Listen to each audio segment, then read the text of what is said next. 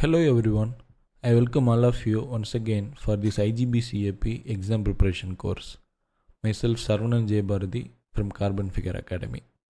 In this video, we will be talking about module number 15, Contamination and Infection Control. So what are all the contributories for this contamination and infection inside a building space if you see? So it might be because of air quality and water quality issues, then the materials that you are using, then surfaces and housekeeping protocols and those related activities, then health and hygiene. So these four are the the entire focus areas for these contamination and infection control. So let's talk about one after another.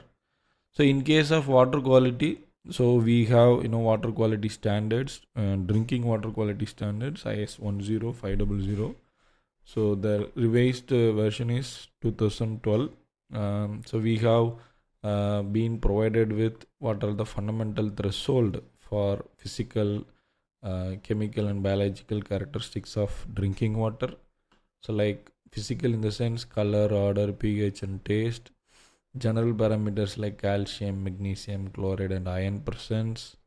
Then toxic parameters like lead, mercury, cadmium and pesticides, and equally as biological characteristics, right? So what they are telling as a provision for the green building purpose, minimum 2 liters of drinking water per person per day.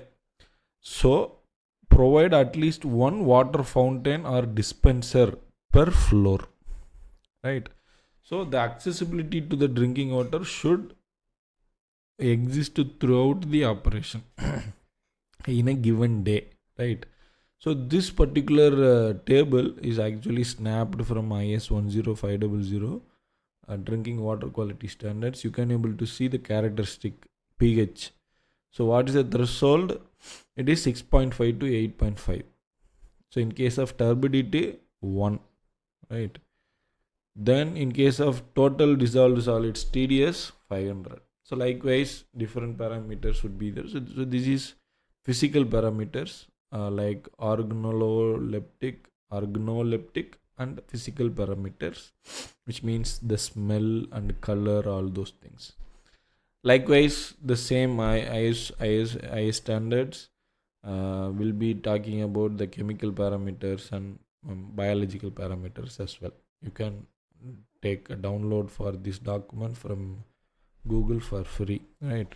So Indian government made that possible.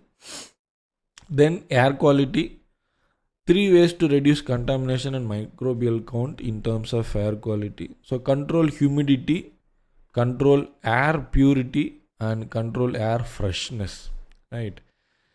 So what they are telling under controlling humidity, dry air can increase susceptibility to infections, which means you should keep your indoor air as humid as possible. It's not like as humid as possible. There should be a threshold for the humidity as well. So that threshold is 30 to 60% based on outdoor conditions and temperature, right? So that is the minimum what they are suggesting in a typical scenario for Indian scenarios. So that while high moisture promotes bacterial growth, so the lowest moisture infection it may bring up. At the same time, higher moisture also will bring bacterial growth. So there should be the optimum humidity. That's what they are saying. Purity control in the sense particulate matter and reduction of the same. Particulate matter is a key cause of poor indoor air quality, found in 85% of the spaces. So for example, if you take Delhi as an example, so we have already covered that outdoor air pollution is at the peak in those North Indian regions of certain number of states like Haryana, Delhi, Uttar Pradesh, right? And somehow Rajasthan as well. So if you consider the indoor spaces in those regions, they are all almost equally polluted like the outdoors, right? And we mentioned that the other metro cities like Kolkata, Mumbai, and Chennai are not that much affected like Delhi because of the presence of coastal region, right? But still, those metropolitan cities as well as the other metropolitan cities like Pune, Surat, I don't know whether it is metropolitan, might be, right? So Bangalore, so these kind of locations are susceptible to these indoor issues, indoor air issues, right? So we can able to see startups coming up with specified or specialized air conditioner filters and all, right? Because we think, okay, indoor space, our control, our air, like that, but we use predominantly the air conditioners which suck the air from the outside and filter it and send it inside, right? So obviously the outdoor scenario can also prevent inside. So in that sense, people are coming up with additional filters for air conditioners so that they may restrict the entry of these problematic particulate matter inside the building spaces, right? Then air freshness, tightly sealed spaces save energy but can also trap bacteria and pollutants. So regular air exchange is essential for freshness. So this is what people used to say, air tightness. When they are going to hand over the building to the occupants, before that this airtight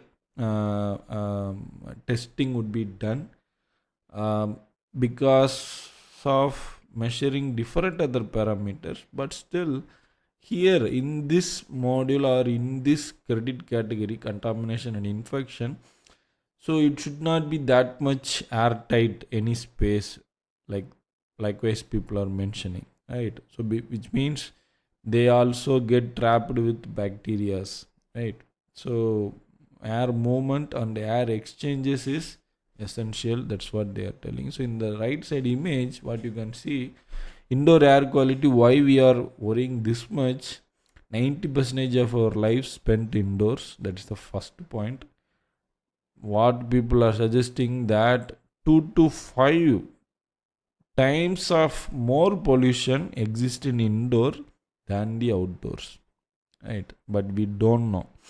The thing is, in the outdoor we see quantum of pollution, automatically that faced with quantum of people. But comparing, you enter indoors, you and some very few of the others, for example some 10 people, only 10 people, and quantum of air pollution inside that space is more than enough to pollute the 10 people, right? That's from that perspective they are telling outdoor pollution, comparing to that, more pollution exists indoors, right? Airborne particles, what are the pollutants indoor? Airborne particles, indoor formaldehyde from building materials, furniture, cooking and smoking. So normally, if you see formaldehyde as a polluting substance, for making the furnitures pollutant free, they make it as formaldehyde free sometimes. So they may even get certifications also, right? This furniture is free from formaldehyde, so that your indoor will be better, right? So that's a kind of example. Then airborne particles like from diesel exhaust or dust or smoke and other sources, these things we can't do anything. Then household odors and gases like activities such as painting, cooking and smoking. Then ozone from outdoor air, which means ground level ozone is harmful to breathe. Sometimes it is prevailing in the outdoor air, that can enter your building space through any suction of mechanical instrumentations like HVAC and air handling units. So especially the people living in Delhi and populated cities can expect these scenarios in their indoors. So the urban areas can take more cautious efforts towards catering these issues, right?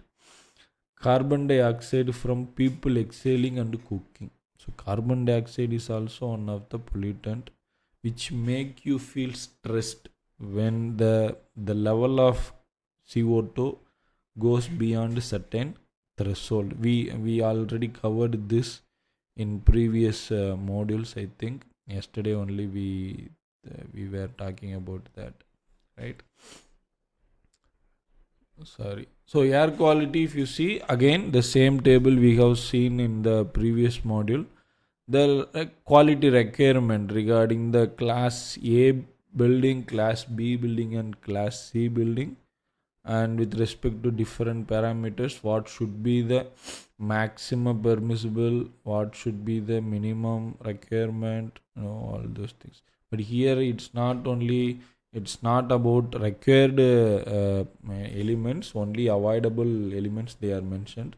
So maximum is mentioned here. Then outdoor pollutants and indoor pollutants. So outdoor in the sense not completely outdoor, like just around your building premises, that space they are telling as outdoor. So entry carpet as a important source. So use a carpet at least 2 meters long at all main entrances. Why? Because that somehow reduces the dust which is attached on the foots and chappals and shoes of the visitors, right? So that is the reason. Then install air curtains at entrances to block pollutants, right? Then make a buffer zone, like place carpets at entry points to create buffer zones. Then fresh air inlets, position fresh air inlets away from sources of contamination that we have already seen.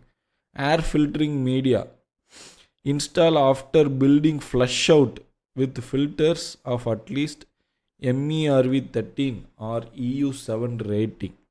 So MERV 13, what is mean by that? MERV. MERV 13. So if you see minimum efficiency reporting value, that is that MERV stands for.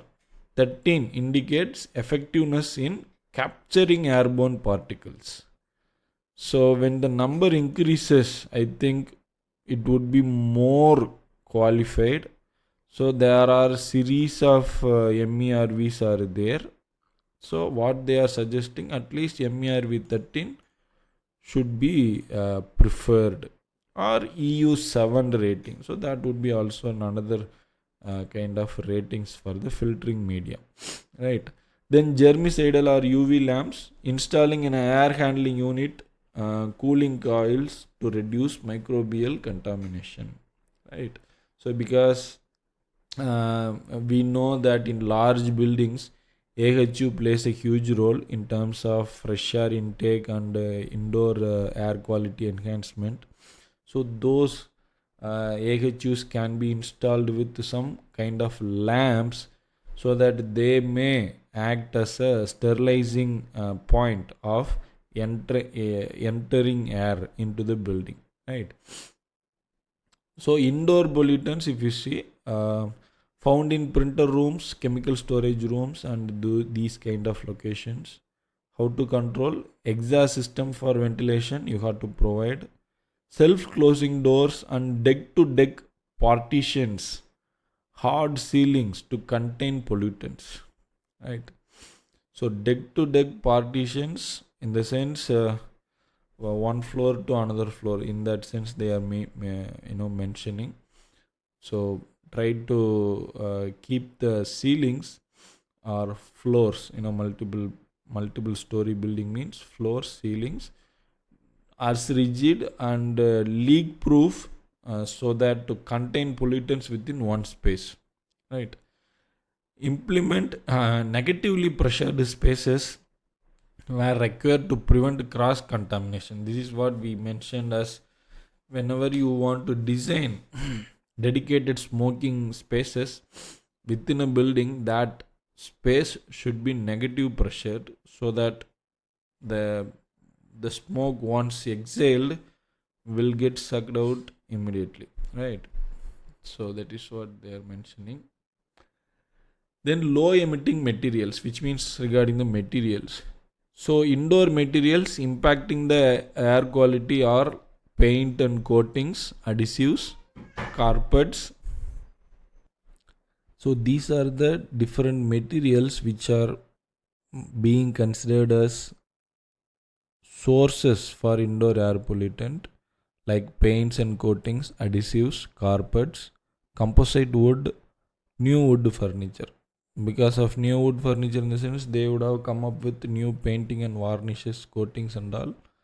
So the concerned issues are there.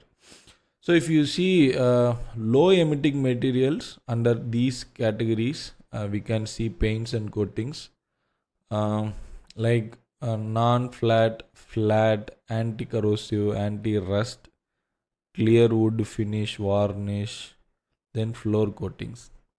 Right. So their consider corresponding VOC limits, emission limits are also mentioned. So while you are seeing that these materials are there in your building, inside your building, means try to understand their VOC limits. If they are you know if they are certified with certain emission standards or certification bodies, then it is good. So we can consider them as low VOC materials or low emitting materials, which would be ultimately required. Then surfaces and house cleaning protocols. So during these activities, a lot of chemicals we are using in the form of liquid or sprays, or the vacuum cleaner, or these kind of things and all. So while doing this is mandatory, everybody would do it, but because of this activity certain emissions would be there, right? So accordingly we got to control these with some quality products, right? So housekeeping protocols, if you take, maintain procedures for cleanliness and hygiene to reduce the risk of respiratory and other diseases. Ensure workspaces, kitchens, toilets, and waiting areas are cleaned regularly. Perform sanitation and disinfection in regularly occupied spaces. Then regular maintenances areas, water dispensaries and kitchen, dining, canteen areas, and other things. Then application of eco-friendly housekeeping chemicals. This is what you should understand. So these things are inevitable. You have to clean routinely, with stick with some predefined schedules and timings. So these chemical based emissions are also inevitable, right? So instead of using some random thing, you can go for eco-friendly housekeeping chemicals. So in where I can found in Green Pro website, you can go and check for certified product databases in their website. There you can filter that housekeeping chemicals as a product list. You will find the respective number of manufacturers whose product are certified as green products, right? So they can be preferred for this usage, right? But normally what we do, we go for some brand values. We go with the brands everywhere for everything, right? So that is the measure to be taken. Floor cleaning or glass cleaning, even for toilet bowl cleaning and carpet cleaning, lot of green certified products are there, right?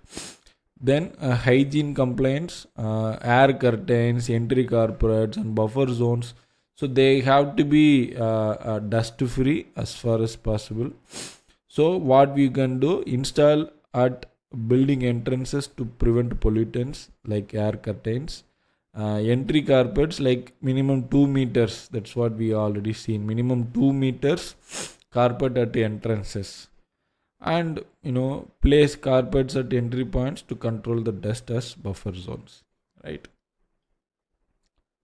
Then we have health and hygiene area where we can able to see contamination control and hygiene, like maintain visitor and occupant records, install infrared or thermal cameras, set up sanitation points and isolation areas at entrances, clean and disinfect high touch surfaces regularly, then design touch free systems, ensure safe waste disposal, regularly clean mechanical systems, ducts, and water tanks. Right. Then facility management, implement waste management standard operating procedures, segregate and recycle waste regularly, guide housekeeping staff with safety protocols. This is very important. They should be educated accordingly. Proper disposal of biomedical waste using mask and gloves is significant in case of hospital and medical related buildings. Interior furniture and finishing. So rearrange workstations to increase space per person, adjust furniture layouts in common areas, add relaxation areas on each floor. Right. So why they are asking you to adjust and rearranging? No, while you are doing it, you may explore new pattern of using your furnitures, so which may increases the space value and space utilization. Right. High touch surfaces. I really don't understand what is mean by high touch surfaces. Sanitize surfaces like door handles. Okay, that is high touch. Okay, handrails and buttons. Right. So use antibacterial coatings like copper on these kind of surfaces. So high touch surfaces like door handles, handrails, and buttons have to be sanitized properly. And you can go for antibacterial coatings, especially with copper on these kind of surfaces, or install automatic facilities like sensor based doors, completely avoiding the touching at all. Right. So that's also a good option, but quite costly. I think that's it. So with respect to these things like water quality, air quality, materials, surfaces, and health and hygiene. So, like altogether contributes towards contamination control and infection control within the building spaces. So, in the next module, we will be talking about IGBC rating systems as the final module. Technically telling. After this module 16, I will add one additional module where I will be talking about the IGBC AP exam, mock exam, and all those things and all. So once again, I remind that each module comes with respective practice quiz. So the link for the practice quiz is in the description box. So please make use of it. Thank you.